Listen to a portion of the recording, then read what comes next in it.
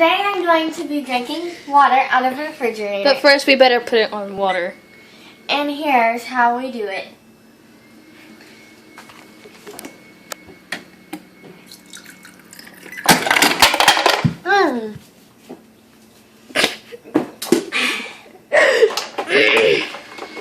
And comment, like, and subscribe.